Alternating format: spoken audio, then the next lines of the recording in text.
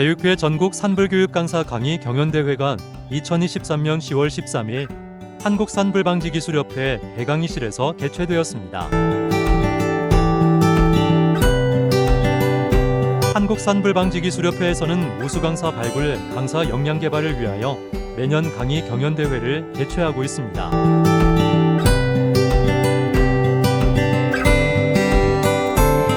금년도의 강의는 산불 전문 진화대를 대상으로 산불 진화 장기에 대하여 10분간 발표하도록 선정되었습니다. 발표자는 전국 활기지회 대표자로 총 8명이 발표하였습니다.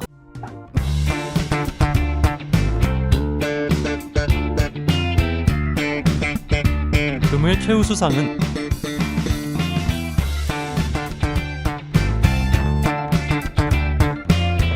전남지회,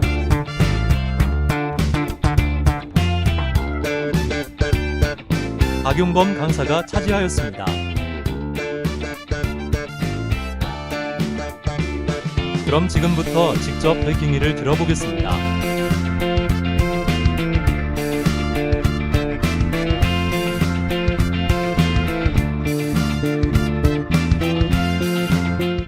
여기 계신 선배님들 앞에서 제일 나이 어린 사람이 이렇게 선단하는 게 얼마나 무게가 큰지 모르겠어요. 근데 제가 이렇게 잠깐 선생님들 얼굴을 좀 뵙고 싶어요. 아침에 오면서도 보니까 시간이라는 게 너무나 무섭구나. 정말 이럴 때 기존에 같이 하셨던 분들 이렇게 자주 뵐 수 있었는데 한 분씩 또 안 보이시는 분도 계시고 또 새롭게 오신 분도 있어서 마음적으로는 좀 서운한 부분도 있지만 또 새로운 식구들을 맞이하는 기분으로 굉장히 산 것 같아서 제가 부족하지만 좋은 시간들을 좀 보내보려고 하겠습니다.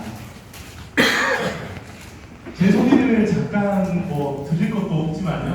제가 일기 교육을 수료하고 이 자리에 지금까지 어떻게 이 학문을 버티고 있는 강사 박용범이라고 합니다. 반갑습니다.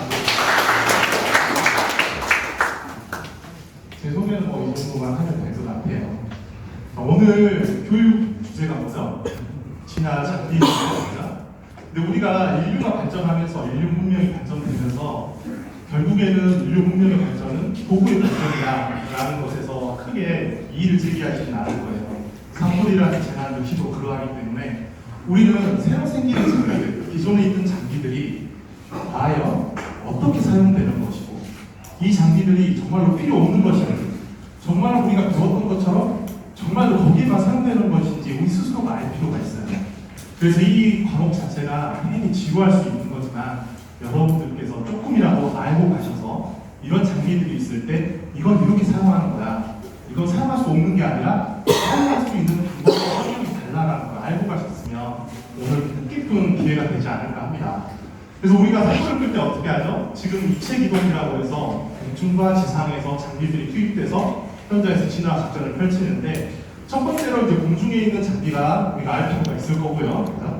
그 다음에 지상에 있는 장비, 우리 진화대원들이 어떤 것들을 가지고 불을 끄는지 거기에 대해서 우리가 알아야지만이 현장에 사용할 수 있겠죠.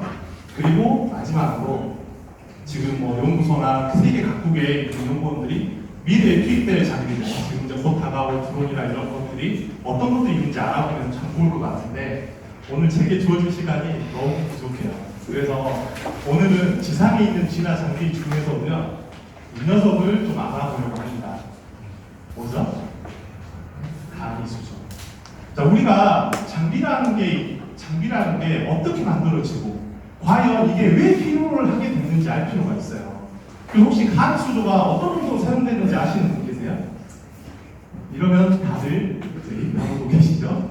그래서 제가 아까 보니까 우리 앞에 유진환 선생님이 되게 오래 하신 것 같아요. 유진환 선생님 잠깐만 일어서 주실래요? 선생님 혹시 강의수조 어떤 정도로 사용하는지 저한테 좀 이야기해 주실 수 있나요? 산불 유지하지 고리대에서 네, 맞습니다. 박수 한번 쳐드리고요. 맞습니다. 오늘 시간이 좀 부족해서 다 말씀드릴 수는 없지만 우리가 사용하는 장비들이 왜 만들어졌고 어떤 용도로 사용되는 거고 우리가 이것들이 어떻게 운용되는지를 정확하게 알지 못하면 우리가 전혀 모르는 사람한테 이걸 설명할 수가 없어요. 그렇기 때문에 우리가 어떤 용도에 어떤 위치에 사용되는지를 알 필요가 있는 거고요. 그 다음에 이 간수조라는 장비가 어떤 용도를 충족해야지만 이 현장에서 잘 쓰일 수 있는지 여기에 대해서 우리가 알 필요가 있어요.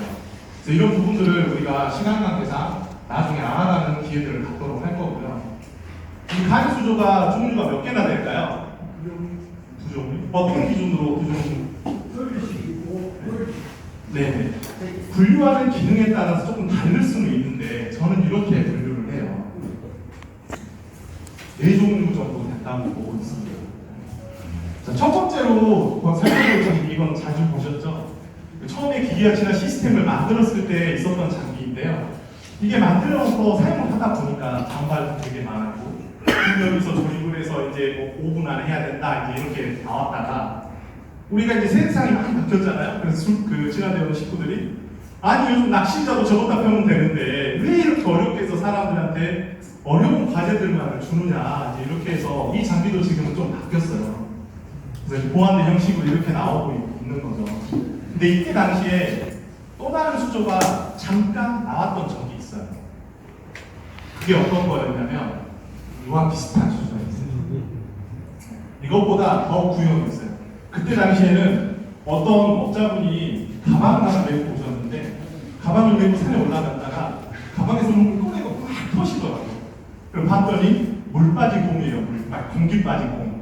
그래서 이걸 펴가지고 나무에 딱 묶어가지고 물만 채우면 덤벙하니 500리터가 다 차는 거예요.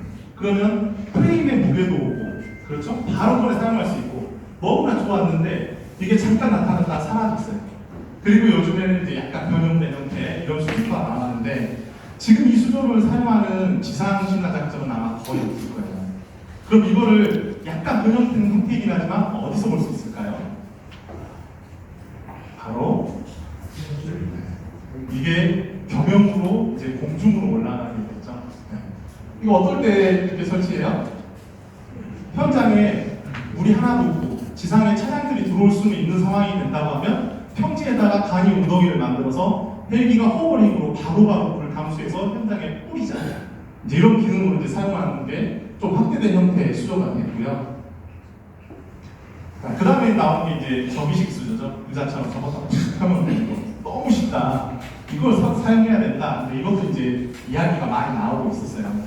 그래서 이제 이런 부분들이 상당히 이제 우리가 많이 알고 가야 되는 부분 중에 하나인데 이게 이제 접이식 간이 수조 세 번째가 되고요. 아까도 잠깐 보셨지만 비슷한 형태로 접이식이긴 한데 모양이 좀 달라요. 그럼 이렇게 만든 접이식 수조는 왜 이렇게 만들었을까요? 오늘 저는 여러분들에게 수조라는 장비에 어떤 종류가 있는지를 알려드리려고 왔지만 이 다음 시간이 되면 이 수조들이 어떤 건 어떤 장점이 있고 어떤 거는 이래서 이런 부분에서 사용하기 어렵다라는 것들을 알 수 있는 시간을 가질 텐데요. 얘는 이 전의 접이식 수조에 비해서 부피가 설치하기 전에 부피 자체가 완전히 달라요. 여러분들 간이 수조가 산 정상이나 산 중턱에 올라가려고 하면 한 사람이 낼 수 있는 가벼운 무게가 돼야 될 거고요. 그 다음에 올라가서 바로 설치를 할 수 있는 쉬운 부피가 돼야 돼요. 그런데 이거 사용해 보신 분들이나 기존에 보셨던 분들은 얘가 가방에 담겨 있을 때 어떤 형태인지를 알고 계신다고 하면 이걸 과연 가지고 산 중턱이나 정상에 길이 없는 곳을 가지고 올라갈 수 있느냐 생각해 볼 필요가 있겠죠, 그죠? 그러니까 얘는 필요가 없는 잘못된 장작품이야, 맞나요? 그렇진 않아요. 여기 계신 분들 중에 오해하고 계신 분들이 있을 것 같아서 말씀드리지만 간이 수조는요 산 중턱과 산 정상에만 설치되는 게 아니에요. 이상하게 들리시죠? 그런데 제가 왜 이렇게 얘기를 하는지 한 가지만 유추할 수 있게 이야기를 드린다고 하면 간이 수조는 어떤 용도로 만드는 거죠? 어떤 용도로 만들어졌어요? 그걸 생각해 보시면 간이 수조 자체가 활용도가 다양하게 바뀝니다.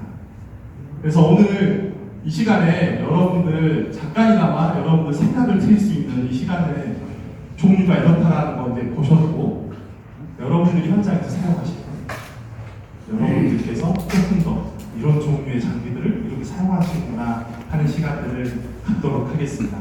혹시 오늘 교육에 조금 지루하신 부분들이 있으신가요? 잘 궁금하신 사람 있으신가요? 이게 설치가 되면 이렇게 이제 설치가 현장에 되는 거고요. 이건 제가 이제 초창기에 진화대원을 조립하는 영상을 찍어놨었는데 제가 일부 영상은 빼도록 하기로 해서 올리진 않았어요. 그래서 이런 장비들을 사용하는 방법들을 다음 시간에는 같이 보도록 할 거고 중국에서도 이렇게 사용을 합니다.